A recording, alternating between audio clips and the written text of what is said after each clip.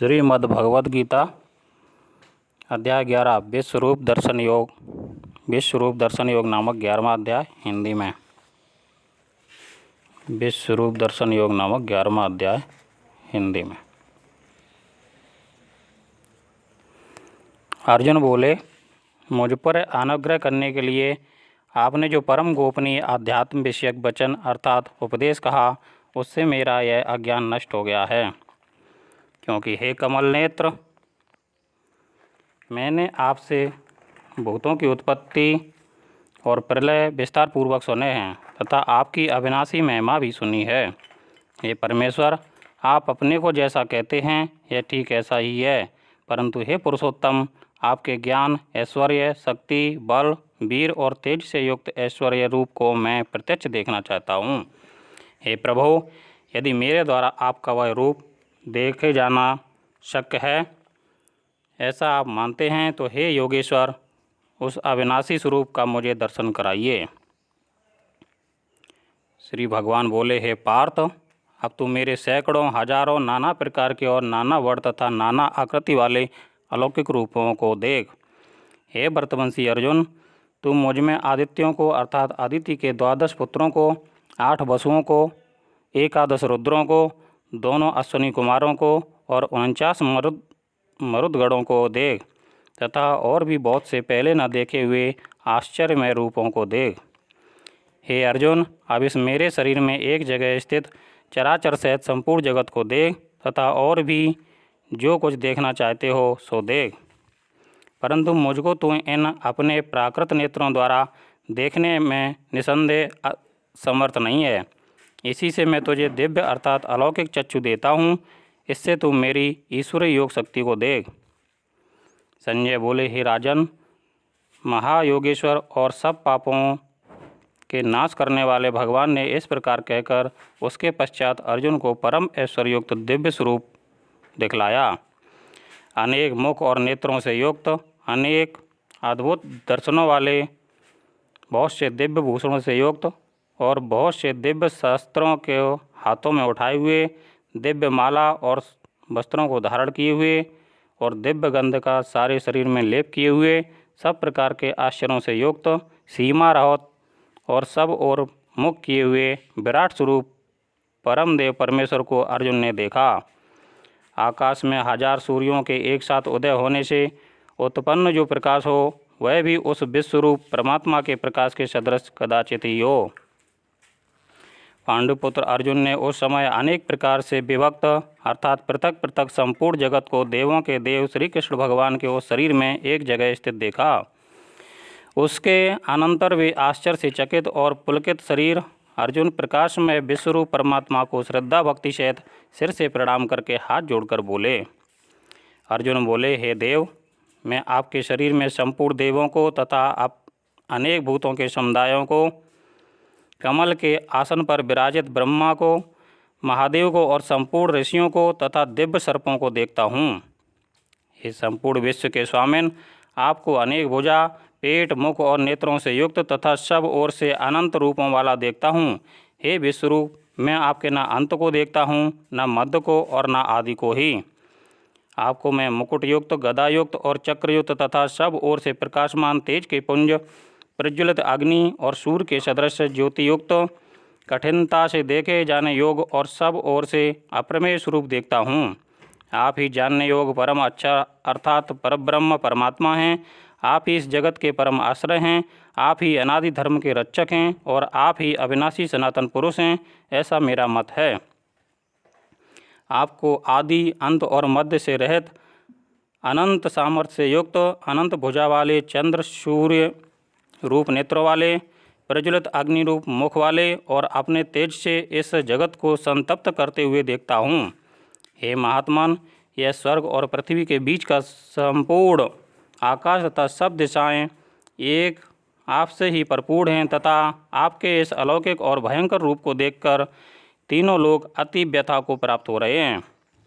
वे ही देवताओं के समूह आप में प्रवेश करते हैं और कुछ भयभीत होकर हाथ जोड़े आपके नाम और गुणों का उच्चारण करते हैं तथा महर्षि और सिद्धों के समुदाय कल्याण हो ऐसा कहकर उत्तम उत्तम स्तोत्रों द्वारा आपकी स्तुति करते हैं। जो 11 रुद्र और 12 आदित्य तथा 8 वसु साध्यगण विश्वेदेव अश्विनी कुमार तथा मरुदगण और पितरों का समुदाय तथा गंधर्व यक्ष राक्षस और सिद्धों के समुदाय हैं, वे सब ही विस्मित होकर आपको देखते हैं। हे महाबाहो, आपके बहुत मुख और नेत्रों वाले, बहुत हाथ जंघा और पैरों वाले, बहुत उदरों वाले और बहुत सी दाढ़ों के कारण अत्यंत विकराल महान रूप को देखकर सब लोग व्याकुल हो रहे हैं तथा मैं भी व्याकुल हो रहा हूँ। क्योंकि हे विष्णु, आकाश को स्पर्श करने वाले दैदीप्यमान अनेक वर्णों से युक्त तथा फैलाए हुए मुख और प्रकाशमान विशाल नेत्रों से युक्त आपको देखकर भयभीत अंतःकरण वाला मैं धीरज और शांति नहीं पाता हूँ। दाढ़ों के कारण विकराल और प्रलय काल की अग्नि के समान प्रज्वलित आपके मुखों को देखकर मैं दिशाओं को नहीं जानता हूँ और सुख भी नहीं पाता हूँ। इसलिए हे देवेश, हे जगन्निवास, आप प्रसन्न हों।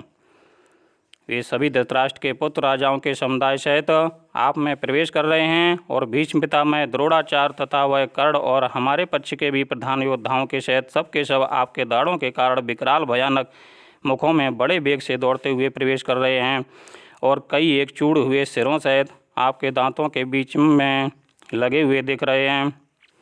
जैसे नदियों के बहुत से जल के प्रवाह स्वाभाविक ही समुद्र के ही सम्मुख दौड़ते हैं अर्थात समुद्र में प्रवेश करते हैं, वैसे ही वे नरलोक के वीर भी आपके प्रज्वलित मुखों में प्रवेश कर रहे हैं। जैसे पतंग मोहवश नष्ट होने के लिए प्रज्वलित अग्नि में अति वेग से दौड़ते हुए प्रवेश करते हैं, वैसे ये सब लोग भी अपने नाश के लिए आपके मुखों में अति वेग से दौड़ते हुए प्रवेश कर रहे हैं। आप उन संपूर्ण लोगों को प्रज्वलित मुखों द्वारा ग्रास करते हुए सब ओर से बार बार चाट रहे हैं। हे विष्णु, आपका उग्र प्रकाश संपूर्ण जगत को तेज के द्वारा भरपूर करके तपा रहा है। मुझे बतलाइए कि आप उग्र रूप वाले कौन हैं। हे देवों में श्रेष्ठ, आपको नमस्कार हो, आप प्रसन्न होइए। आदि पुरुष, आपको मैं विशेष रूप से जानना चाहता हूँ क्योंकि मैं आपकी प्रवृत्ति को नहीं जानता। श्री भगवान बोले, मैं लोगों का नाश करने वाला बड़ा हुआ महाकाल हूँ। इस समय इन लोगों को नष्ट करने के लिए प्रवृत्त हुआ हूँ।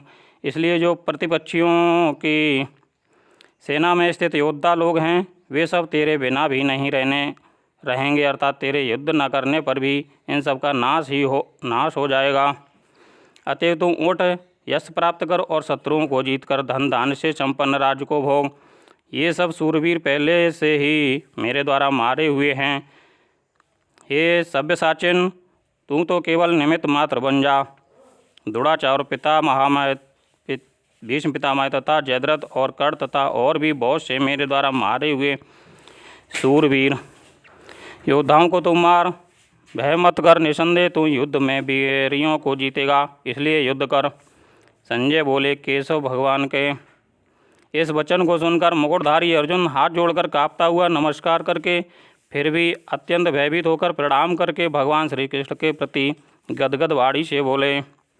अर्जुन बोले, हे अंतर्यामिन, यह योग ही है कि आपके नाम गुण और प्रभाव के कीर्तन से जगत अति हर्षित हो रहा है और अनुराग को भी प्राप्त हो रहा है तथा भयभीत राक्षस लोग दिशाओं में भाग रहे हैं और सब सिद्ध गणों के समुदाय नमस्कार कर रहे हैं। हे महात्मन, ब्रह्मा के भी आदिकर्ता और सबसे बड़े आपके लिए वे कैसे नमस्कार न करें, क्योंकि हे अनंत, हे देवेश, हे जगन्निवास, जो सत असत और उनसे परे अक्षर अर्थात सच्चिदानंदघन ब्रह्म है, वह आप ही हैं। आप आदिदेव और सनातन पुरुष हैं। आप इस जगत के परम आश्रय और जानने वाले तथा जानने योग और परम धाम हैं। हे अनंत रूप, आपसे यह सब जगत व्याप्त अर्थात भरपूर है। आप वायु, यमराज, अग्नि, वरुण, चंद्रमा, प्रजा के स्वामी, ब्रह्मा और ब्रह्मा के भी पिता हैं। आपके लिए हजारों बार नमस्कार नमस्कार हो, आपके लिए फिर भी बार बार नमस्कार नमस्कार। हे अनंत सामर्थ्य वाले, आपके लिए आगे से और पीछे से भी नमस्कार। हे सर्वात्मन, आपके लिए सब ओर से ही नमस्कार हो, क्योंकि अनंत पराक्रमशाली आप समस्त संसार को व्याप्त किए हुए हैं। इससे आप ही सर्वरूप हैं। आपके इस प्रभाव को न जानते हुए आप मेरे सखा हैं ऐसा मानकर प्रेम से अथवा प्रमाद से भी मैंने हे कृष्ण, हे यादव, हे सखे, इस प्रकार जो कुछ बिना सोचे समझे हठात कहा है। और हे अच्युत, आप जो मेरे द्वारा विनोद के लिए व्यवहार, शैया, आसन और भोजन आदि में अकेले अथवा उन सखाओं के सामने भी अपमानित किए गए हैं, वह सब अपराध अप्रमेय रूप अर्थात अचिंत्य प्रभाव वाले आपसे मैं क्षमा करवाता हूँ। आप इस चराचर जगत के पिता और सबसे बड़े गुरु एवं अति पूजनीय हैं। हे अनुपम प्रभाव वाले, तीनों लोकों में आपके समान भी दूसरा कोई नहीं है, फिर अधिक तो कैसे हो सकता है। अतएव हे प्रभु, मैं शरीर को भली भांति चरणों में निवेदित कर प्रणाम करके स्तुति करने योग्य आप ईश्वर को प्रसन्न होने के लिए प्रार्थना करता हूँ। हे देव, पिता जैसे पुत्र के, सखा जैसे सखा के और पति जैसे प्रीतमा पत्नी के अपराध सहन करते हैं, वैसे ही आप भी मेरे अपराध को सहन करने योग्य हैं। मैं पहले न देखे हुए आपके इस आश्चर्यमय रूप को देखकर हर्षित हो रहा हूँ और मेरा मन भय से अति व्याकुल भी हो रहा है। इसलिए आप उस अपने चतुर्भुज विष्णु रूप को ही मुझे दिखलाइए। हे देवेश, हे जगन्निवास, प्रसन्न होइए।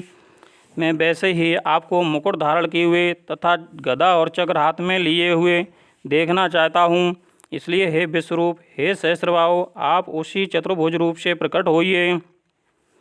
श्री भगवान बोले, हे अर्जुन, अनुग्रह पूर्वक मैंने अपनी भक्त योग शक्ति के प्रभाव से यह मेरा परम तेजोमय, सबका आदि और सीमा रहित विराट रूप तुझको दिखलाया है, जिसे तेरे अतिरिक्त दूसरे किसी ने पहले नहीं देखा था। हे अर्जुन, मनुष्य लोक में इस प्रकार विश्व रूप वाला मैं न वेद और यज्ञों के अध्ययन से, न दान से, न क्रियाओं से और न उग्र तपों से ही तेरे अतिरिक्त दूसरे के द्वारा देखा जा सकता हूँ। मेरे इस प्रकार के इस विकराल रूप को देखकर तुझको व्याकुल नहीं होना चाहिए और मूढ़ भाव भी नहीं होना चाहिए। तू भयरहित और प्रीतियुक्त मन वाला होकर उसी मेरे इस शंख चक्र गदा पदयुक्त चतुर्भुज रूप को फिर देख। संजय बोले, वासुदेव भगवान ने अर्जुन के प्रति इस प्रकार कहकर फिर वैसे ही अपने चतुर्भुज रूप को दिखलाया और फिर महात्मा श्री कृष्ण ने सौम्य मूर्ति होकर इस भयभीत अर्जुन को धीरज दिया। अर्जुन बोले, हे जनार्दन, आपके इस अति शांत मनुष्य रूप को देखकर अब मैं स्थिर चित्त हो गया हूँ और अपनी स्वाभाविक स्थिति को प्राप्त हो गया हूँ। श्री भगवान बोले, मेरा जो चतुर्भुज रूप तुमने देखा है, यह सुदूर दर्श है, अर्थात इसके दर्शन बड़े ही दुर्लभ हैं। देवता भी सदा इस रूप के दर्शन की आकांक्षा करते हैं। जिस प्रकार तुमने मुझको देखा है, इस प्रकार चतुर्भुज रूप वाला मैं न वेदों में, न तप से, न दान से और न यज्ञ से ही देखा जा सकता हूँ। परंतप अर्जुन, अनन्य भक्ति के द्वारा इस प्रकार चतुर्भुज रूप वाला मैं प्रत्यक्ष देखने के लिए, तत्व से जानने के लिए तथा प्रवेश करने के लिए अर्थात एक ही भाव से प्राप्त होने के लिए भी शक्य हूँ।